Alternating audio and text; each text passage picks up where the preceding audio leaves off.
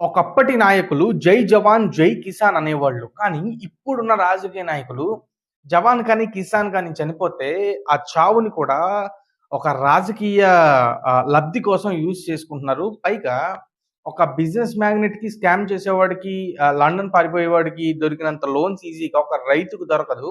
కాకపోతే మనం రైతు పక్షపాత ప్రభుత్వాలు, పార్టీలు అని మాట్లాడుకుంటాం. చిన్న ఎగ్జాంపుల్ చెప్తా. ఈ ఇండియా వర్సెస్ పాకిస్తాన్ ఇష్యూలో ఆంధ్రప్రదేశ్ మురళీ నాయక్ అనే వ్యక్తిని కోల్పోయింది.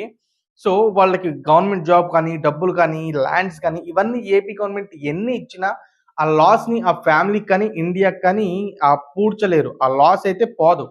సో, ఇక్కడ పాయింట్ ఏంటంటే మొత్తం ఇష్యూ జరిగిపోయిన తర్వాత వైఎస్ జగన్ గారు అక్కడికి వెళ్ళి నవ్వుతా పలకరిస్తూ కష్టాల్లో ఉన్న వాళ్ళకి జై కొట్టుకుంటూ, సీఎం అనుకుంటూ ఆ నినాదాలేంటి వరస్ట్‌గా?